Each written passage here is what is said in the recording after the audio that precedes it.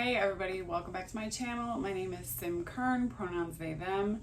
I'm a non-binary author and writer and booktuber. As of this summer, I've also started teaching again.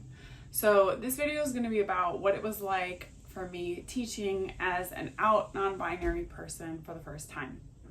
A little bit of history of me. So after I graduated college, I became a teacher, and I went to college for creative writing, and then I became an English teacher here in Houston, Texas. And I taught English in a public school and then a charter school district for 10 years. And during that time, I was not out as non-binary, although I was dealing with gender non-conforming feelings the entire time, and a lot of gender policing happened to me through my work. Which has been kind of an interesting thing to unpack the last couple of years. What kind of allowed me to come out was after the birth of my daughter, I became disabled, and my school district was incredibly shitty to me about providing accommodations that I needed, some pretty simple accommodations. And so I ended up kind of being forced into quitting my teaching job. And that led me to process a lot of things, and I became a writer, and actually, figured out that I was trans, that I was non-binary. And ever since I came out 3.5 years ago, the only professional work I've had has been freelance writing and publishing my book. I'm very lucky as a trans person to have a supportive spouse who is able to financially support our family. I support our family by raising our daughter, and I've been with her the last 4 years instead of putting her in preschool. So we see those as comparable contributions, but I haven't been working and having a steady paycheck, and I know that I'm very fortunate to be in that position as a trans person. Also, as a teacher, so I went into applying for this summer teaching writing job, and I applied as a trans person and kind of was able to go into it thinking of it as an experiment, let's see how teaching as a trans person goes. And a lot of trans teachers who are feeling like they have to stay in the closet because it would be very dangerous and risky to come out as trans as a teacher, those fears are absolutely founded. And I know that I'm in a very, very privileged position to have been able to say well, it doesn't matter if something really transphobic happens or I'm fired because I'm trans, because I can afford to try that and know that I'll still have the financial support of my spouse. So those are things that are kind of unique to my position. Even in spite of all that, as I'll go into as I start telling you about what it was like, it was still a lot to be out as a trans teacher. I'm not going to give any identifying information about the organization or the camp or anything like that, because I would like to work with them again in the future. Actually, I had a great interaction so far with the people who ran these camps, and I would like to work for them again in the future. So the first week I was teaching a camp to 11 and 12-year-olds, and it was focusing on creative writing. And this camp was located in central Houston, very close to what is the gay district in Houston. And so the kids were incredibly sort of open-minded right from the get-go. And I knew this was, sort of a unique population among the populations of kids I could be teaching in Texas. So I decided, again, so let's go through the application process. I just applied as Sim Kern, which is, not my legal name. Obviously, on the legal W-4s and everything, I had to provide my my legal name because I haven't changed it yet. But I put they, them pronouns from the get-go. And I was I'm not gonna teach not as my whole self. And luckily I was hired, so that told me that, okay, this organization is hopefully gonna be at least, minimally supportive of a trans teacher in the classroom. So on my first day, I wrote my pronouns on my, like on the training day, I wrote my pronouns on my badge, on the Zoom call. I made sure my pronouns were in like the Zoom training bar, and no one made a big deal about it. Many of the other facilitators and stuff had their pronouns listed. And I noticed that there are other people working for this organization who are trans, who go by they, them pronouns. So that was heartening to me to see on the initial orientation. Like, I'm not going to be the first person doing this. Then comes camp time, right? So on the first day, meeting my 11 and 12-year-olds, really terrifying. I just had everyone make a name tent, at the beginning of class to stick on the edge of their table. And mine had my pronouns they, them on it. And I gave them the instructions, like write your name and any pronouns you want me to use to refer to you on your name tent. But you don't have to include them if you don't want to. But if you don't include them, I'm going to make some kind of assumption based on how you look about what your gender is. So that was really cool. One thing that was cool was one student actually had she, they pronouns and included that. And so I was like, all right, like right from the get-go, at least one student here understands me a little bit and I can, understand them in that way. When we did this, we did the name 10 thing, I said, my name is Sim. I'm not going by honorifics. This is camp. It's not school. I just want you to call me Sim. No Mr., Mrs., Mix, anything like that. I actually really hate honorifics, like in general. So I might just continue to do that, to just go by Sim with students regardless. And if anyone has a problem with that, tough. That's kind of where I'm at with this. So then I asked them, my pronouns are they, them. Show me, fist to 5, how well you feel like you understand how to use like they, them pronouns, or what that means. Fist means I've never heard of someone going by they, them pronouns before. 5 means like I totally get it. I know how to use them. I'm ready to go. And everyone was like at a 4 or a 5 in that first group of students. So I was like, cool. Like, just if you're going to refer to me in the third person, say, this is my teacher, Sim. They are awesome. That's it. So there was no issues or anything. The first group, none of the kids seemed thrown by it. I mean, again, this is like Central Houston. These are like very woke kids, right? And these are also kids who have like chosen to go to a creative writing camp. So, they're like a select bunch. So I had a wonderful time that first week, and I could not believe how great the kids were.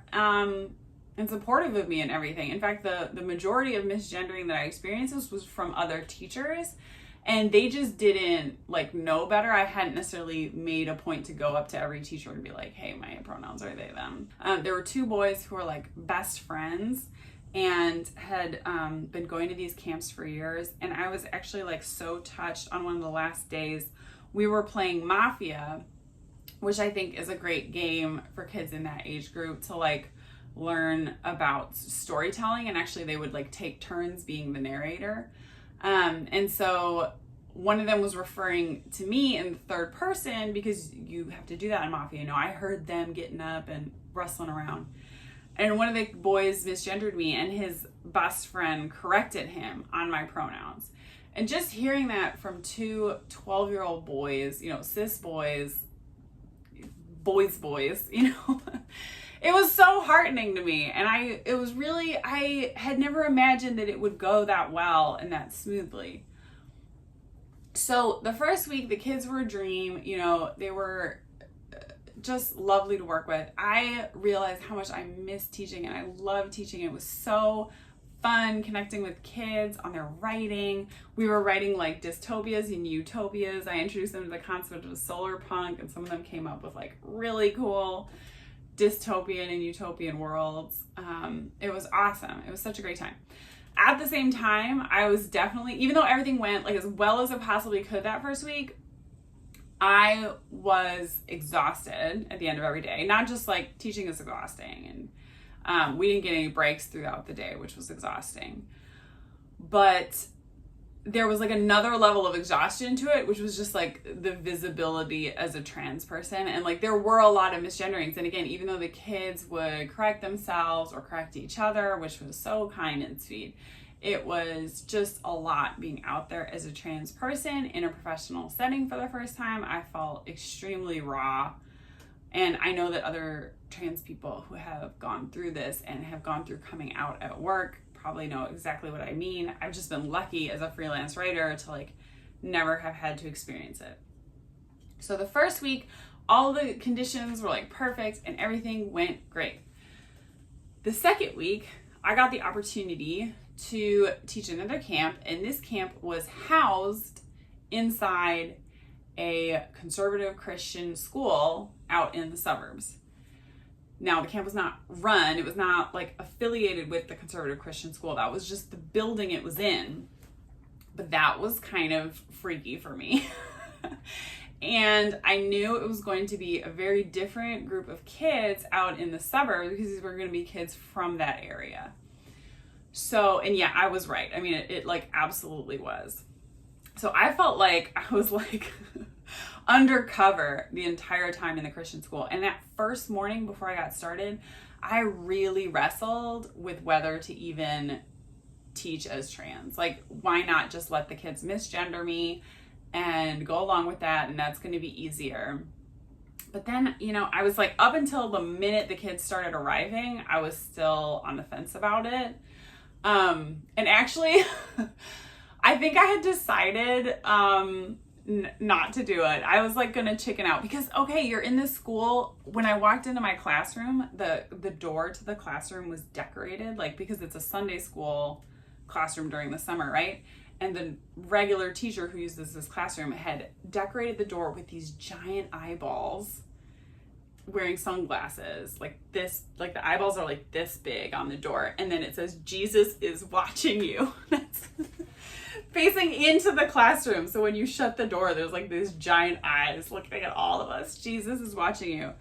And as I'm walking around the school building, you know, there's just all these like pastor dudes walking around. Like, I don't know if you know, like youth group pastor energy. I felt like the fear and loathing very deep in my heart, just for like being on this campus. Like, if they know the least bit about me, I'm going to be in so much trouble here. So I'd actually decided, you know what, this is a job. I'm not feeling good about this. I'm not going to be out as trans. I'm just going to let the kids misgender me this week. And then my PowerPoint betrayed me because I hadn't like updated my PowerPoint, and my they them pronouns were there on the second slide. So when I got to that slide, I was like, well, we're in. We're going for it. So I introduced myself again to this group of kids. Now this group, 14 kids, 9 through 12 this time, so younger kids, and I don't really have experience with 9 and 10-year-olds. I always worked middle through high school. So I was intimidated by the youngness of this group also. And 14 boys and 2 girls, which is, if you've ever taught kids in this age group, that is a lot of cis boy energy in a room. So 14 boys, 2 girls, all from the suburbs. Several of the kids in the class attend this conservative Christian school that I'm teaching inside the building of. And I come out to them as, you know, I'm Sim Kern, my pronouns are they, them. Okay, show me like fist to 5 how well you know what that means. And with this group, most of the kids were like fist 1, 2. Like, they had not heard of they, them pronouns. I was the first trans person probably they have ever encountered. So I explained it to them, you know, as best I could. I was like, growing up, I never felt like I was a girl or a boy. I always felt like I was just a person. There's a word for people like this. It's called non-binary. If you're going to refer to me, this is Sim, my teacher. They are awesome. Instead of, you know, she is awesome or he is awesome. And the kids kind of were looking at me like deer in the headlights, but no one really said anything. But they all looked like very deeply confused. And class kept going on, and and then finally one of the kids had occasion to refer to me in third person, and I gently corrected him for the first time. And he said, "This is just too difficult. Can I call you either he or she? I just can't do they, them. That's just too difficult." And I was like, look, I can't force you to do anything that you don't want to do, but I'm asking you respectfully, like, this is how I like to be referred to. And if you don't make an effort to do it, I'm just going to think that's kind of rude. So it's up to you. That worked pretty well. I mean, he didn't have a comeback to that, and he used they, them pronouns. I think he tried at least once or twice in the future to use they, them pronouns for me. So that that made an impact. I think that was the right way to handle that. But there was a lot of misgendering that first day. And I didn't correct it every single time I heard it because it was just getting like pretty exhausting. I had never been aware of how often kids refer to you in the third person in a classroom when you're teaching them. That campus, it was also like raining all day that first day, so we couldn't go outside or do anything. We were just trapped in this tiny little classroom with the Jesus eyes watching us. The second day, I was planning on teaching as an anchor text a story, which had gone great with my first group. It was, it's actually from this book, Multi-Species Cities, and it's a perfect text for like kids at this age group. It's very short. It's only like 3 or 4 pages. It's called A Rabbit Egg for Flora by Caroline Joachim. And it's kind of about like, what if Pokemon was real and you earned Pokemon by like restoring the ecosystem in your neighborhood. So very cool solar punk story, perfect length, perfect age appropriateness for these kids. Only thing is, it mentions in the story that the main character has 2 moms who've recently split. There's nothing sexual about it. There's nothing, it's like a perfectly age appropriate story. It's just mentioned basically that this girl has 2 moms and one of the moms has recently left. I didn't even think about that aspect of it when I was teaching the camp the week before in Central Houston, and the kids had just accepted it completely, like, of course there are kids with 2 mommies, like this is no big deal.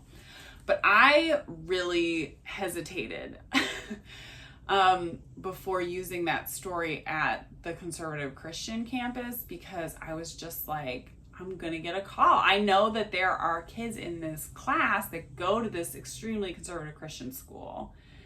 And I just don't know if I should do this. Am I going to get in trouble? Am I going to get fired?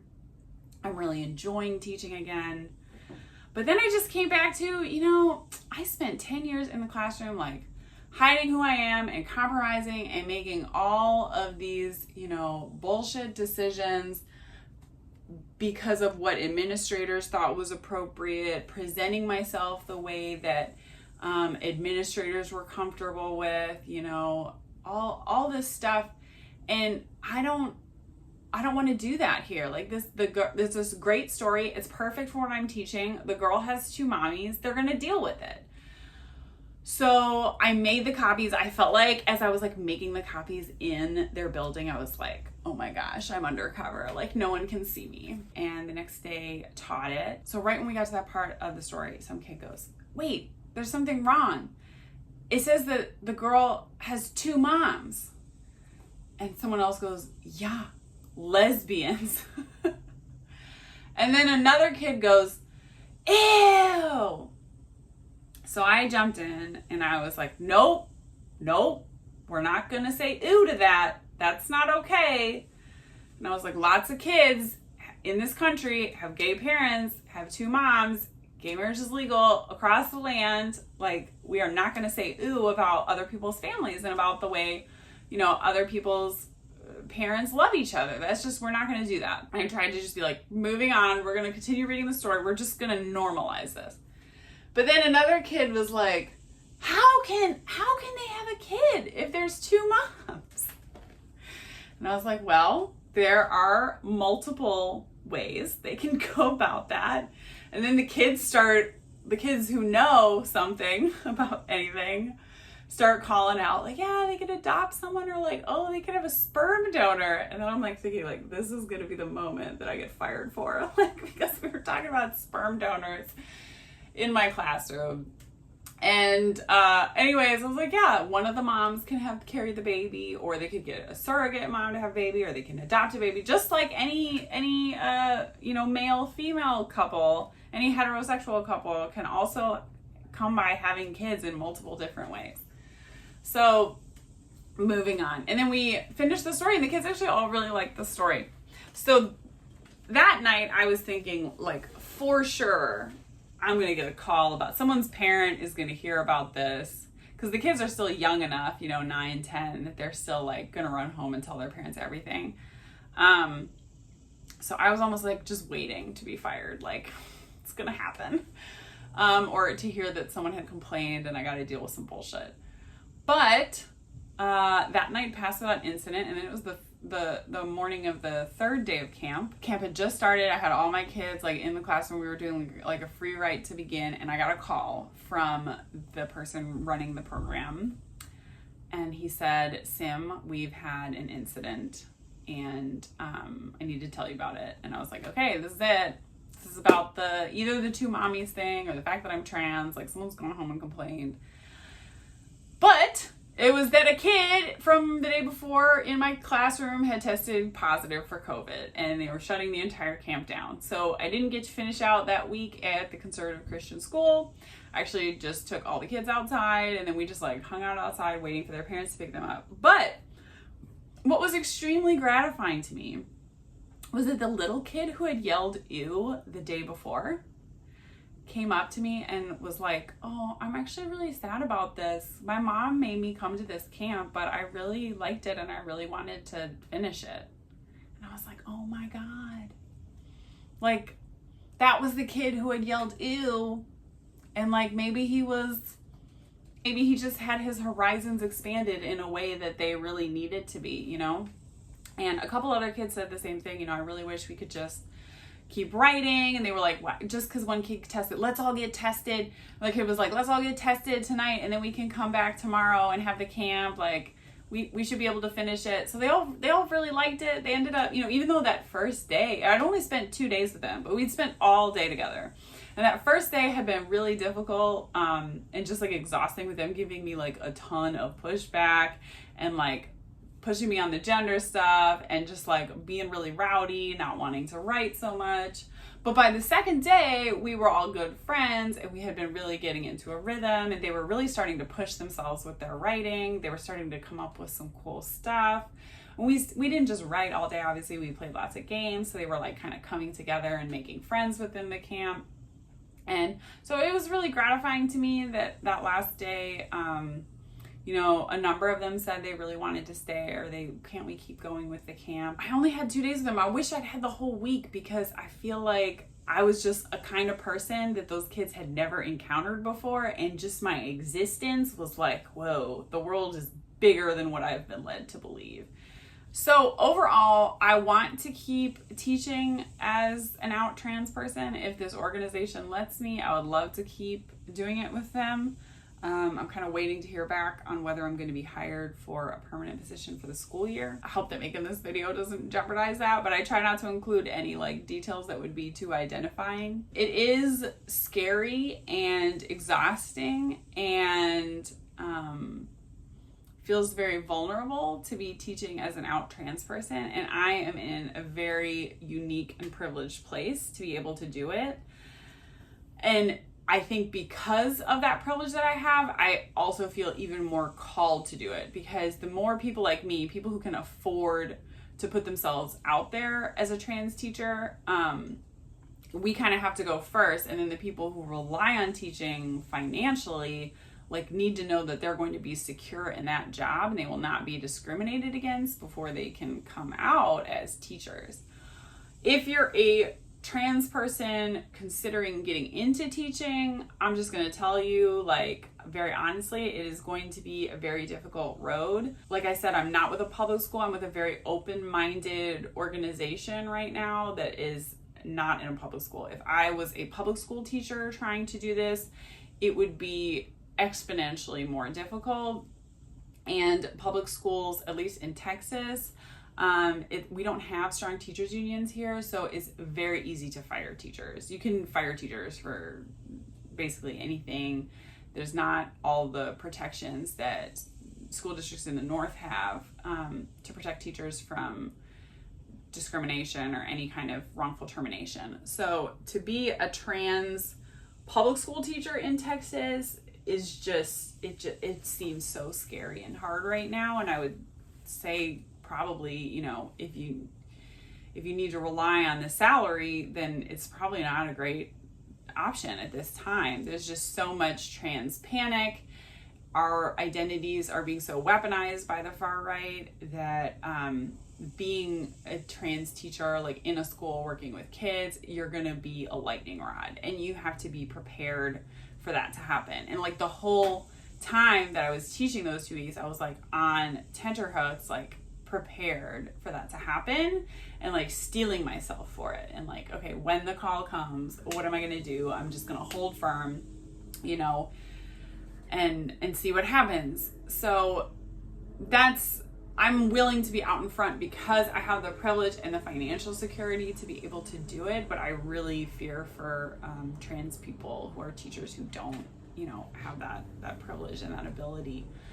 So I hope that this video was illuminating or helpful to some of you. I wish I could just come out and say like, oh yeah, it's great being a trans teacher of middle schoolers in Texas. It's super easy.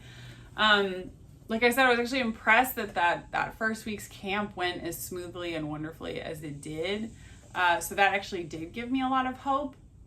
But that was a very unique set of circumstances, a very unique set of kids, a very unique part of the city, part of the country, you know. So it's going to be very different in a lot of other contexts.